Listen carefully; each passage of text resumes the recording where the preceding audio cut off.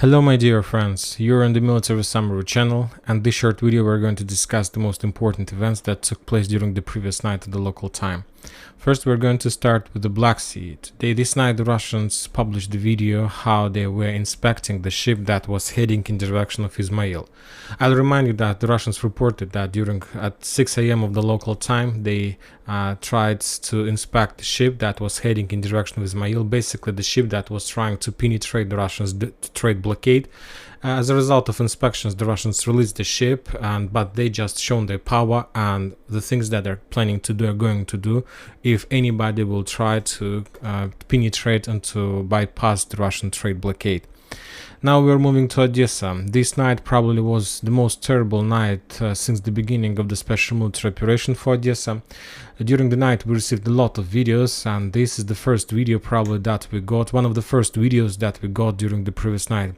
This is the video like at night. As you can see, it's very difficult to understand what exactly is going on there. We just see small lights going to the sky, and basically this is the work of Ukraine air defense. On this video we see the number of missiles and bullets and all types of air defense systems the Ukrainians have, and that they were trying to use to shut down the Russian drones, to shut down the Russian Geopolitics, the Russian missiles, and so on. Later we continue receiving more videos, and for example on this screen we see the first explosions that took place in Odessa. Just in a second we're going to see a small explosion, this one, and of course from this perspective it is very difficult to understand how big the explosion was, because we don't understand, we don't see what is going on there. But later we got another very interesting video that was made by some civilian in the city. He says that there is explosion, and after that more explosions start arriving right in front of his house. The Russians were bombing and attacking the settlement heavily. Furthermore, the Russians reported that not just the Russians were bombing the settlement, also the Ukrainian air defense sometimes worked not correct, and a lot of missiles fell down during the process of shutting down the Russian missiles or drones that were heading in the direction of the city.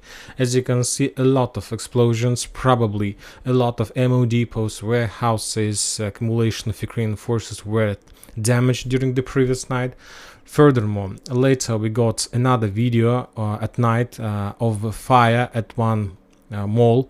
There is like a big mall in Ukraine that probably with people, and of course this mall had a lot of warehouses, and probably the Ukrainians were keeping some drones or parts for the drones inside of that mall. And as you can see, the result of one of the strikes, a complete destroy of a very big territory in the center of Odessa. This morning we got the first video confirmation of Russian results during the daylight.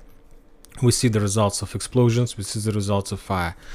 I believe that today the Minister of Defense of Russian Federation will provide us more updates and information regarding that attack, regarding the targets that they managed to hit and the results of those attacks. Now we are moving further to Kherson district, and the sources are saying, at least the Russian sources, without any video or photo confirmation, start talking that as a result of counter-offensive operation they managed to force the Ukrainians to step back, and the Russians reported that they managed to redeploy their artillery system in this area to bring some reserves and reinforcements. And as we discussed in the previous video, the only possible solution for the Russians or the Ukrainians to develop this bridgehead, and for the Russians to force the Ukrainians to step back, is artillery duels, and decide who wins these artillery duels will be able to let's say to solve the issue or to develop the bridgehead in the vicinity of Kazachye Lagery.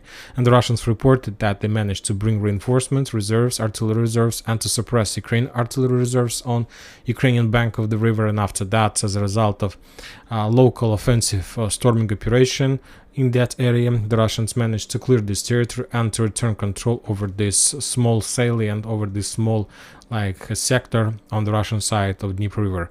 But the only thing I must add, is that this piece of information we got just via text messages, no video, no photo confirmation of that. During the day, the Russians published a lot of videos from inside of Kazachye Lagery, but not from the bank of the river on the west of that settlement. Also, the Russians published another video how they continue attacking and bombing with drones the Ukrainian positions under Antonov Bridge. So as you can see, the battle of this area still continues, but this video was made on the Ukrainian side of Antonov Bridge, not on the Russian one. And now we're moving further, and we have more updates from Orekhov frontline, from Bradley Square. Today the Russians published the video how they managed to discover the Ukrainian artillery position, and as a result of counter-artillery duels, the Russians destroyed the Ukrainian howitzer that the Ukrainians were trying to hide among the forest lines on the north of Mala-Takmachka. And the Russians published more videos of yesterday clashes and drone strikes against the Ukrainian forces in the area of Bradley Square. The Ukrainian infantry were trying to run to hide among these trenches, among these probably just regular lines, and the Russians were attacking them with drones. On this video we see how the Russians were trying to get the Ukrainian armored vehicle that probably was trying to evacuate some wounded soldiers or just infantry, or probably maybe this armored vehicle brought infantry before. The Russians managed to got that personal carrier and to attack this personal carrier behind and basically to destroy. I'll remind you that these old Soviet carriers have their fuel depot behind tracks, so when you attack them behind, you can get the best results.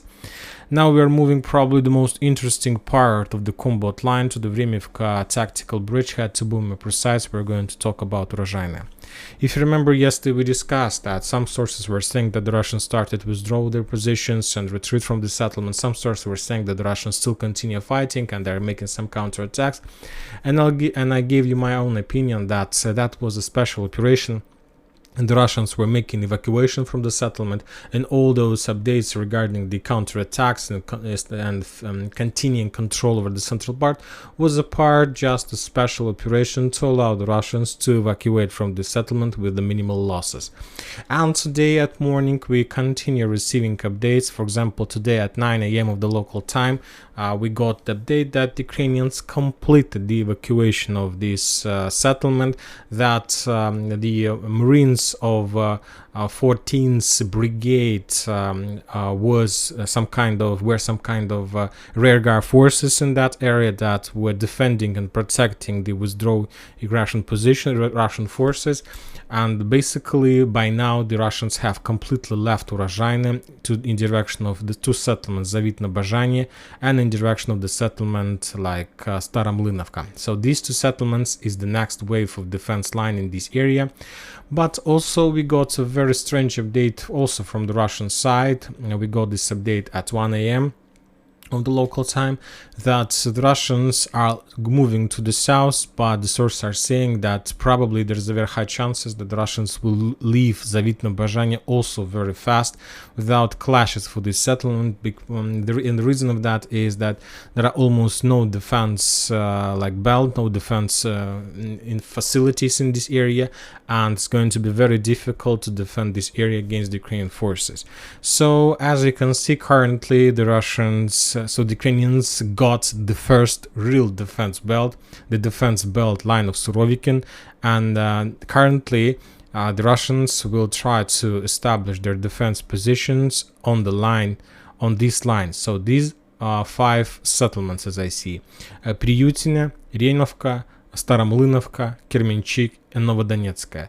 Probably the Ukrainians, and this is the area of main clashes for the next few weeks. The Ukrainians will try to attack this area using the broad frontline attacks. They will try to attack in direction of Priyutine, obviously. The Ukrainians will try to develop their bridgehead among the fields in direction of the line and the road between Renivka and Staromlynovka. The Ukrainians will try to cut the salient and to cut positions of Ukrainian Russian forces in the fields.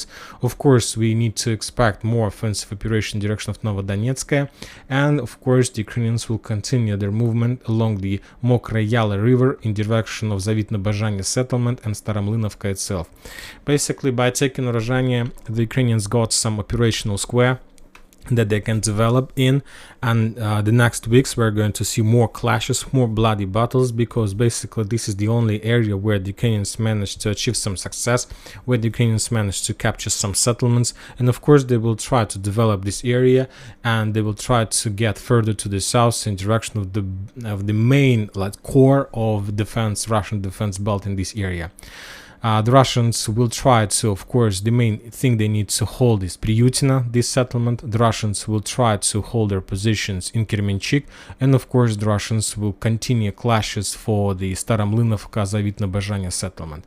And Ukrainians, of course, I'm not sure that they're going to start this offensive operation today. Today we need to expect that the Ukrainians will show us another video of the flag above the town hall of the Urozhaine. Then the Ukrainians will use this media victory for a few days. They will continue regrouping, and I expect that in a week, not earlier, the Ukrainians will continue their offensive operation in this area. When talking about other front lines, there are almost no changes. The Russians published the biggest version of their offensive operation in direction of Klishevka. This video was added. This video include also the video of landing of Russian troopers in the vicinity of Ivanovska, so just a bigger video. And as soon as the Russians managed to redeploy their tank forces, the tank reserves, the Ukrainians also started publishing the videos how they were attacking and bombing the Russian tanks that were recently redeployed in this area to support the Russian counter-offensive. For example, in this video we see how the Ukrainians managed to discover the Russian T-80 tank, and as a result of drone strike that tank was damaged and probably destroyed later. After a few weeks of a small operational pause, we start receiving more drone videos from 10th Mountain Assault Brigade. If you remember, around 2 weeks we haven't received nothing from this brigade in the area of Siever's Bridgehead, and after 2 weeks, probably during the previous months, they have spent all drones they have as during the clashes with the Russian forces in Berestovo Bridgehead, and today the Ukrainians, probably this brigade, got some supply with drones, and currently they start publishing more videos of attacks against the Russian positions, which also confirms the positions of the Russian forces along these railways. When talking about Tarskoye salient, we haven't received nothing during the previous night, and we got a very interesting update from Kupinsk front line. And the thing is that, for example, we got the video how the Russians managed to discover and destroy the Ukrainian positions in the vicinity of Kupinsk. On this episode, we see how the Russians destroyed the Ukrainian Paladin M109. For example, later we see the video how the Russians were bombing and attacking the Ukrainian commando squad in the vicinity of the Belgrade region, and in the vicinity of Berestovo, the Russians destroyed ammo depot of Ukrainian forces. So there's just one video showing us 3 strikes.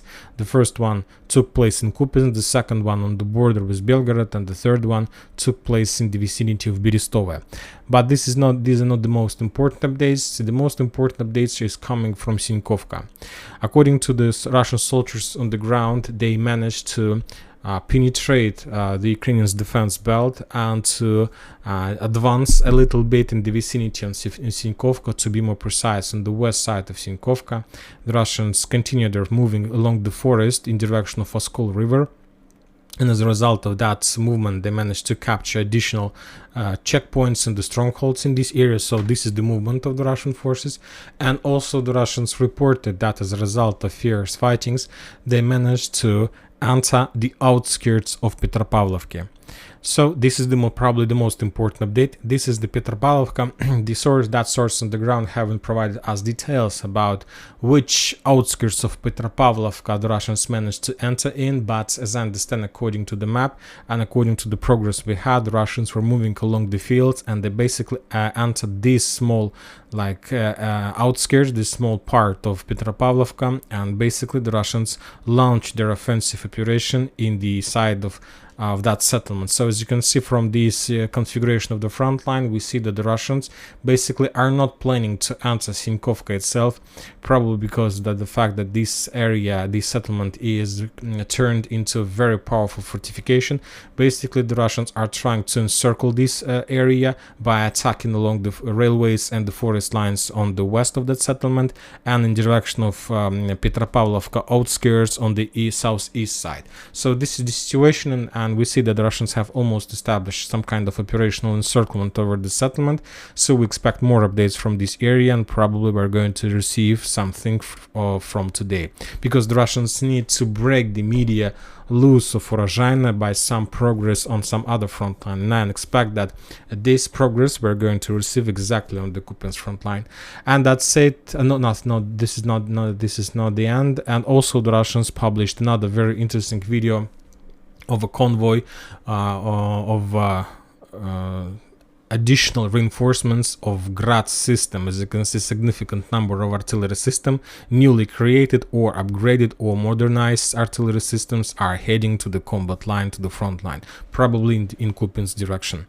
And now that's it for the short video. Military Summary channel reminds we condemn any violence in the world. Thank you for watching. Subscribe to my channel, put your likes, join my Patreon, and have a good day. Bye bye.